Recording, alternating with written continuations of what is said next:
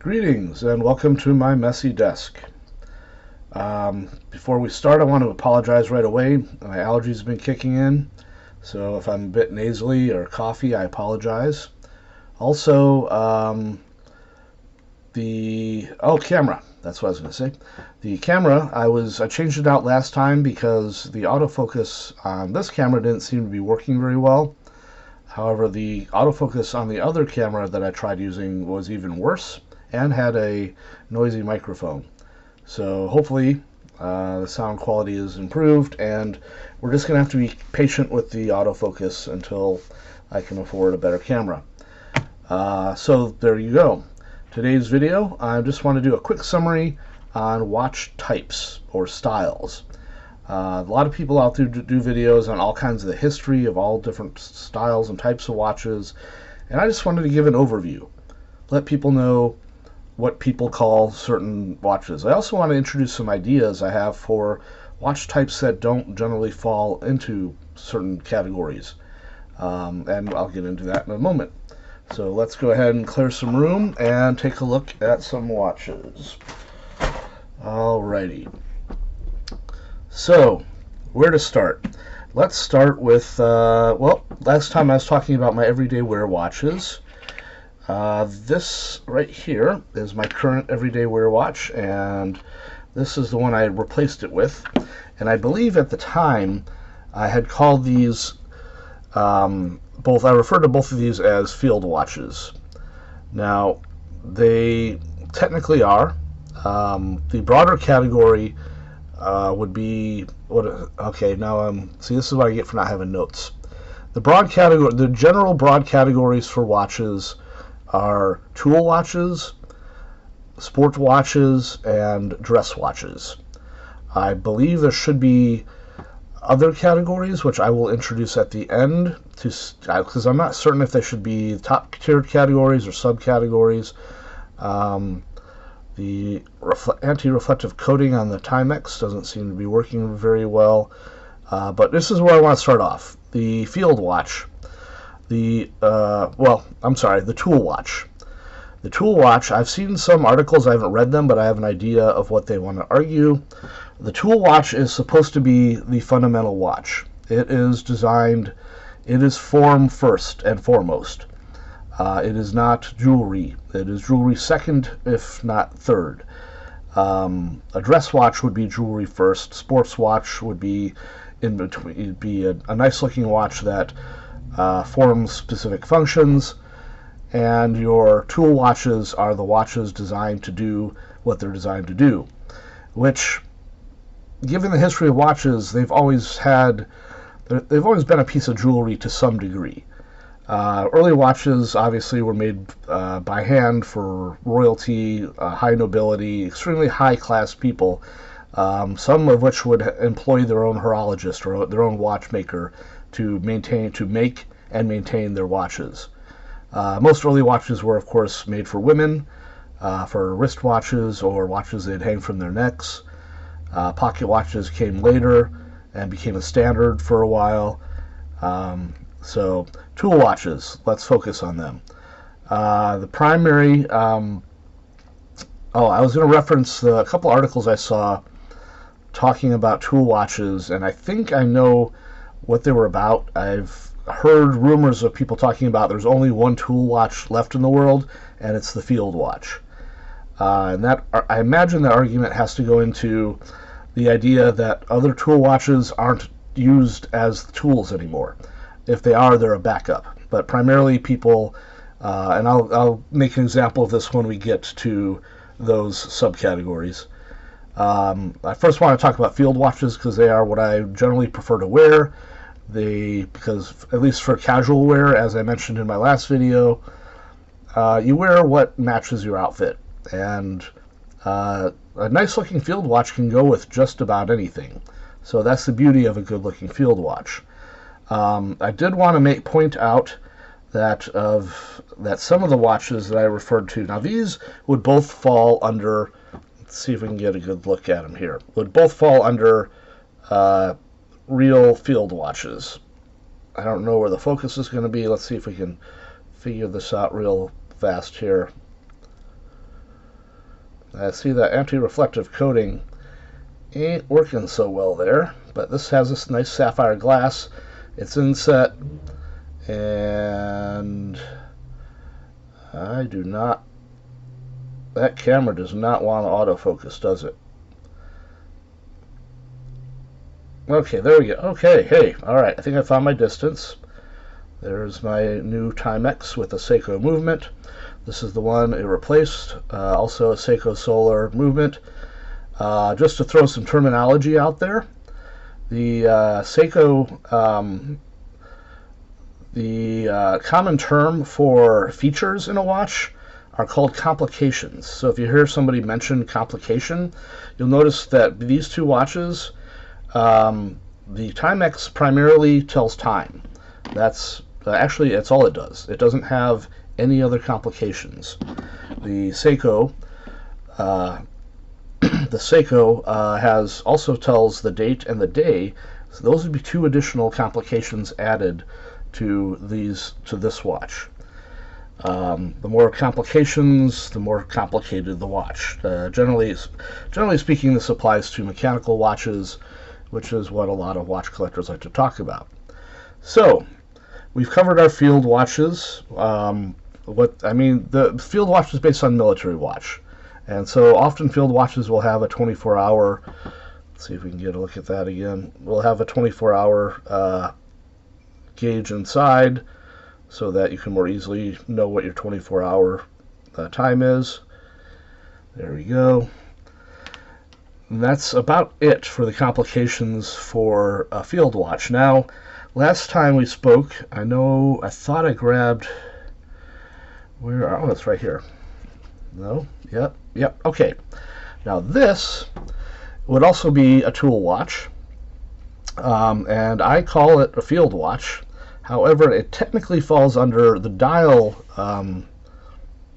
The dial face is actually under the design of what they call a pilot watch. Now, the reason, let's see if we can get it in focus there. The reason they call it a pilot watch was for pilot features. Wow, this camera really hates me. Maybe I shouldn't have so many watch faces out. I need to do a better... There? Nope. Yep. Almost. Wow, this is going to be an entertaining video. I apologize. If you can kind of make it out. I keep seeing it focus on, what is that? Is that over? I'm just going to turn some of these down. See if that helps at all. I don't know why it would focus on that detail any better than anything else, but wow, this really not liking this dial. Anyway, you can kind of make it out. The minutes are on the outside of the dial. I'm not going to go into the whole history. There's the known A-type and B-type of the Luftwaffe watches. That the name is escaping me right now. But the pilot watch is, anyway, why this would be called a pilot watch, which is another form of tool watch. Although pilots rarely use pilot watch as pilot watches anymore because they have all of their computer gizmos and what have yous. Obviously, if they like to wear a watch to tell time, that's fine. I'm not going to go into all the details in history, like the first watches made for pilots and then the follow-ups. Well, actually, you know what? I'll do a brief. The reason this dial would be referred to as a pilot watch is because of that arrow at the top of the dial and the fact that the minutes are on the outside. The arrow is an orientation point, so you know which way is up based on the position on your wrist. And if you're timing for covering speed, covering mileage, minutes are more important than the hours. So that's why, although I call this a field watch, it doesn't have the 24-hour indicators. It has the minutes outside of the hours, and we almost have clarity there. And so that makes this a pilot-style design dial. Now, speaking of pilot watches, there are those that would argue that they're not, which I think I just mentioned. There are those that would argue that they aren't really pilot watches anymore. Now, this is a Russian. I have a few Russian watches here. I don't know if this is Russian or German. Now, this would be a pilot's watch simply because of its size. Early pilot's watches were often just pocket watches converted to wear over the giant wool-lined leather jackets and heavy leather coats. This might be what a case conversion of a pocket watch might look like, with the big numbers and the big hands. And you want the watch to be as large as possible. I've heard of pilot's watches being, I think this is a 42 millimeter case. I think this one's a 46 millimeter case, although the dials are pretty close to the same. I've heard of upwards of 51 to 52 millimeter cases for early pilot watches, and I imagine that would have been a pocket watch conversion. The most popular probably during World War I. World War II is when the wristwatch actually became a thing, because timing between troops became very important, and prior to that, wearing a watch on your wrist was considered feminine. Only women would wear tiny little watches on their tiny wrists. The pocket watch became impractical in trench warfare, and so the wristwatch became a standard. After World War I, the wristwatch became a standard for fashion, for male fashion, much like the change in wearing beards. If you were seen in the 1920s or 30s, wearing a beard and or a pocket watch, you would be considered an older man, like an old man. Beards went out of fashion due to the need for gas masks. During World War I. Sorry for repeating myself there and getting distracted. Okay, let's go back. I'm still covering these Russian watches. This is another Russian watch. It's of a military design. You could call this a field watch. The uniqueness of this is it has a super big crown, and it has a bezel that goes both ways, which I don't know, that doesn't seem like that would have any practicality for it. It does not have the orientation that this one has. Now this, I'm pretty certain, is a pilot's watch because it has a picture of a plane on it.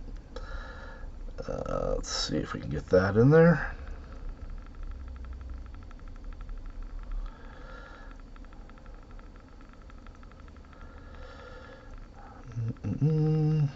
No, just doesn't want to get it. But this is a 24-hour face watch, purely mechanical, purely winding. It's not automatic or anything fancy like that. If I dated this was a long time ago. Likely Cold War, very Cold War. It says 1941 on it. I doubt it's that early. It's probably an anniversary piece. Now you see the big red star at the top instead of the triangle for orientation.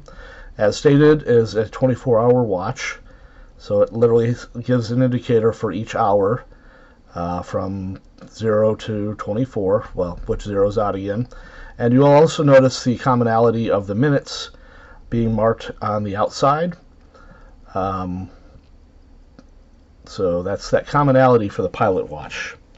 Now I have another Russian watch here. That is another 24-hour watch. This is what I would call this a field watch. This is also a purely mechanical watch. I don't recall the dating or the branding on it, but if we can take a look at it, very red, 24-hour face, and I do like these 24-hour watches. I wish they were more accurate. If I were to get back into watch repair and work, I might consider trying to service these. Probably go something cheaper before I actually have some old Seikos that need servicing.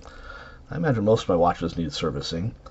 But yeah, so there is I'm guessing probably a 1960s style Russian military watch. Maybe something, a Spetsnaz soldier would wear. So once again, this is just hour and minute ticks. It's not a pilot watch by the standards for pilot watches. Okay, another tool watch. Probably the tool watch you'll see. I have a few others here. The diver's watch. I believe this is the only diver's watch I have because I am not a diver and never. They've always seemed kind of big and clunky and a little gaudy for my tastes. This is a Seiko automatic that definitely needs to be serviced. I should have looked up. Its details. It's a really nice watch.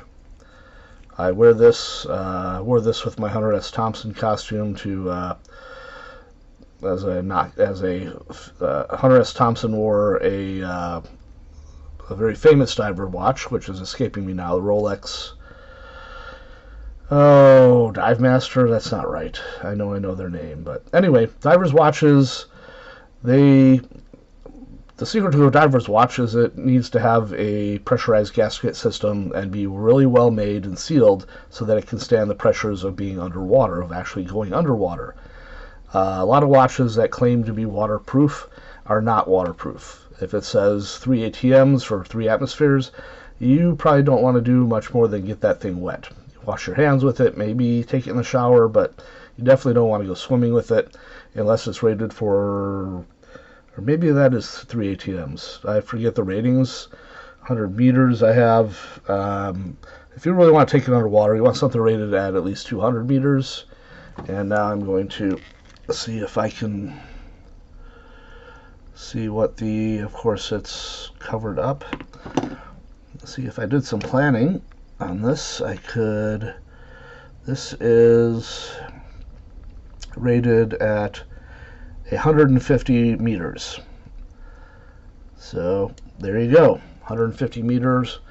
May not seem like that deep, but that's actually quite a lot of pressure to put on a watch with the mechanics in it. It's a fully automatic watch, so self-winding. I don't know if it has the winding hack. Now, something of note is the bezel. The bezel is what will give away a diver's watch, besides the indicator of how deep it can be and whether or not it has the name of a diver's watch. The bezel is for setting your depth time, if I remember correctly. This is where you would set, based on your charts, how much time you have before you need to return to the surface. Now, a proper diver's watch, unlike the bezel on this Russian thing, this will not turn backwards. So if I were diving, obviously I'd have other gear that would tell me how much air I have, and digital timers and depth gauges, and likely a trainer who's going to make sure they're watching me and making sure I'm safe, which is why the diver's watch, as I understand it, isn't generally used by divers anymore. It may be a backup tool, but generally it's jewelry. It's to show off that they're a diver, and they're really high-end, very expensive diver's watches. This is worth a bit of money, but not. It's nowhere near a Rolex or an Omega or any of the high-end divers watches. But so anyway, the whole point of it not being able to turn back clockwise is that if it were to accidentally get hit somehow, which, I mean, an accidental hitting seems tough, but if that were to happen, it could only turn up the time. So worst case scenario, they accidentally turn up the time, which would turn back the time. So that would bring them to that would basically give them the indicator they need to get to the surface sooner than later. Obviously, you don't want it turning forward, because then they think they have more time to stay down and put their lives at risk. So if you ever saw a diver's watch and wondered what the bezel does, you basically set it at your time and you check your charts to see what your depth and time to recover, blah, blah, blah. And that's it's basically a place to indicate on the watch where you have your indicator set for, and I'm guessing this gauge is for a common time frame. This is at 20 minutes, which I'm assuming is 20 minutes is an average time indicator for diving. So there is your diver's watch. Alrighty, so we looked at the, keep this out here, and keep this out here. If the faces are screwing with things, and I guess they are. Alrighty, so I think we're getting, okay. Most of this is going to be about the tool watches. Basically what I'm getting to here is that the difference between a tool watch, a sports watch, and a dress watch is your judgment, basically, how fancy it looks. This is my chronograph. It's a Seiko chronograph. I think this looks really nice, and I wore this when I was driving for work and wearing a shirt and tie. So I had to so I was kind of going for like a sport. I would say this may not fall under dress. In fact, let's go ahead and talk about it. Some people classify dress watches that a dress watch is only a dress watch if the watch is made up out of rare earth materials, or what's the word? Jewelry metals, like gold, silver, platinum, dressed in diamonds, etc., etc. I disagree with that. I have some watches here that I'm going to show as my dress watches. I would have no trouble wearing this with I have a blue suit that would match this dial, and I think this watch would look great with that blue suit. So I would argue that this at least is a sport watch. It is a little dressier, and while it is a functional tachometer, a functional chronograph. Chronograph feature is a very accurate timer. It's basically a stopwatch built in to the watch. Now there are racing and there are pilot chronometers. In fact, I didn't mention that, but there are really complicated pilot watches that actually, I think there was early pocket watches for navigators would integrate slide rules and do some pretty advanced stuff for a watch. If you want to, call integrated slide rule into a bezel an advancement, but it was an interesting complication that I remember reading about. So anyway, so there's my stopwatch. Let's see if we can at least pop on there a little bit. And we'll reset it. I don't know if we can see the dials. This camera just hates my guts. The sub-dials are for, you have the big dial up top counting the seconds down on the stopwatch function. You have your standard minute and hour hands for the watch. You then have the inner circle, which is, if I can remember correctly, you have the second hand for the watch on the 6 o'clock at the 6 o'clock dial, and then on the 9 o'clock dial you have the minutes for the stopwatch. Sorry, I have to read it to remember. And then the hours for the stopwatch at the 3 o'clock dial. So there you go, and those buttons are nice and solid. This is a quality watch. Now, something this doesn't have that a racing or pilot chronograph might have, actually a real racing chronograph would have a tachymeter, and that would be on the outer or inner bezel, which would be distance ticks that you could use for calculating the distance you've covered based on the time. So you know if you're traveling at 60 miles an hour and you hit the certain point, you know that you had just traveled exactly within a certain time frame how long you can calculate either or, and it translates to any measure as long as you're using the same measurement, whether it's kilometers per hour or miles per hour, it'll translate the same way. Unfortunately, my watch doesn't have those ticks, those measurements, or tachymeter, so I can't show that to you. But there's a chronograph. I'd call it a sports watch. The chronograph falls under the category. A general chronograph falls under the category of a tool watch because it's performing the function of a timer. So, and I've addressed the sports function. Now, I have a lot of watches. A lot of my 5 Series Seikos, a lot of people might argue that these are more sports watches than that one's a little beat up. These are different 5 series automatics. I, once again, wouldn't have no issue wearing a suit with these. So I would say they're more dress than sport, but I guess that depends on your tastes. Now, this one is definitely, there are 2 here that are definitely dress watches, at least for me, because I've worn suits with these, and these are my 2 dress watches. If we can get them to show up in a reasonable.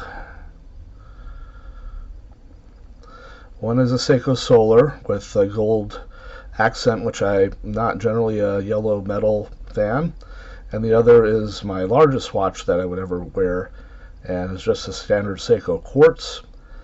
I still think they both look great and go well with a suit or even a tux.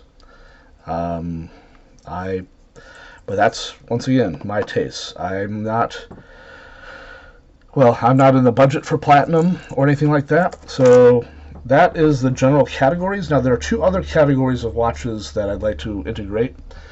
I don't want to get into the argument over smartwatches. There are people arguing that smartwatches aren't watches any more than smartphones are phones, and don't like to continue them, given there are some people that don't consider quartz watches. Okay. So here's a category I was going to bring up. This was a daily wear watch of mine for years. This is a 1969 Seiko pure wind mechanical. Wore this for years. It's a nice looking watch. You could argue sporty, maybe even dress, but it wasn't a high-end watch. It was just made for your average workman for back in the 60s.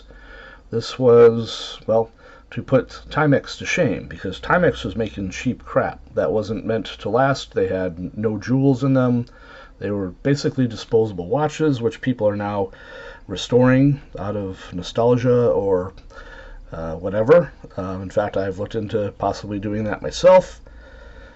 I'm thinking I don't see any reason we can't have a vintage category. Now, whether you want to put that as a subcategory, you want to call this a vintage watch by itself, and I'm fine with that. Vintage sports watch, that's fine too.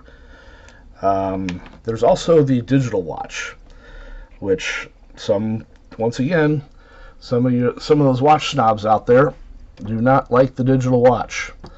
They don't consider it a watch, even though it is. Now, unlike a smartwatch, this is a watch at its core. Well, I mean, I don't know what else you're going to use a smartwatch for, but once again, separate argument for a separate conversation.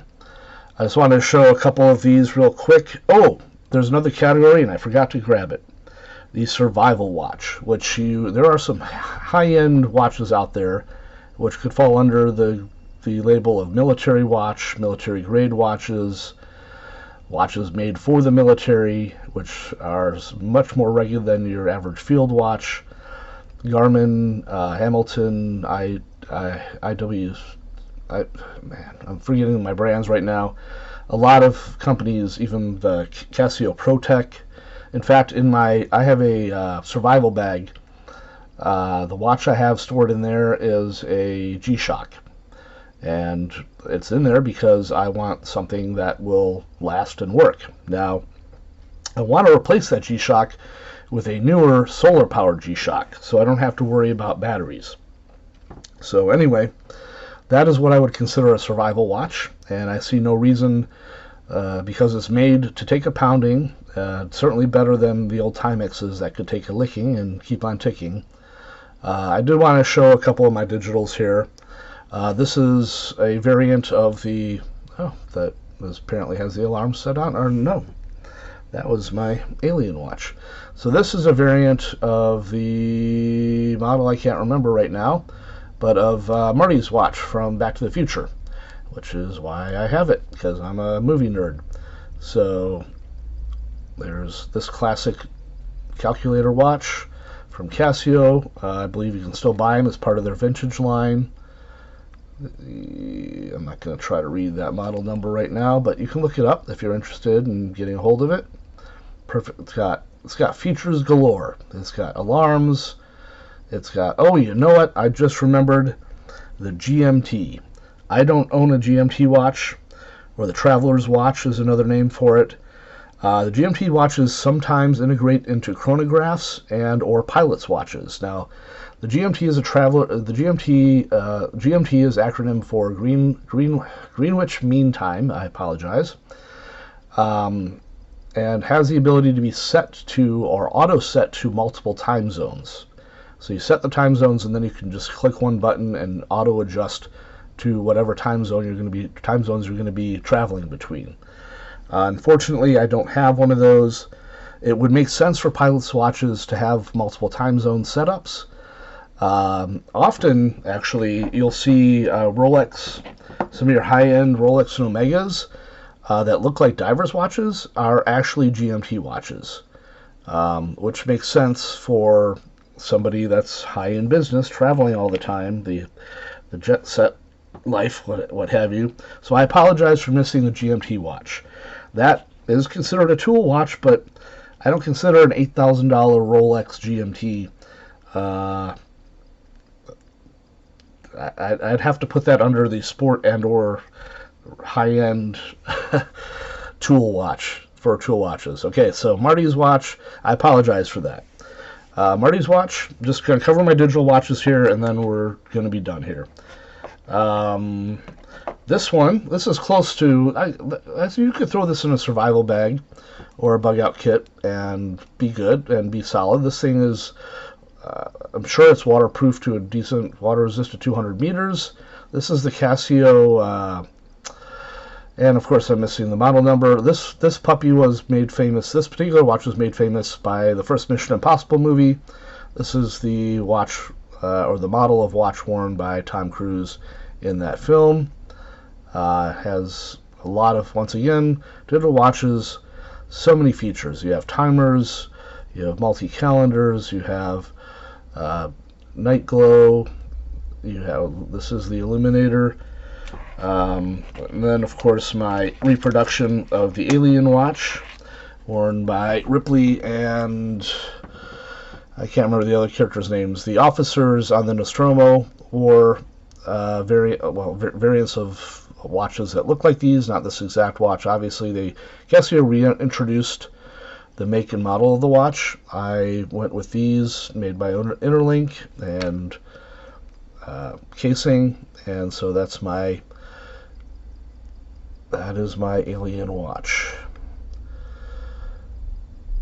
And so, all right. Hopefully, if you had questions or not, I mean, if you have questions, put them in the comments. I'd love to have a conversation. If you are interested in my exploring any particular type of watch, or if you have ideas for new categories that I haven't covered, like the survival watch or the vintage watch, or just a category for a daily wear watch.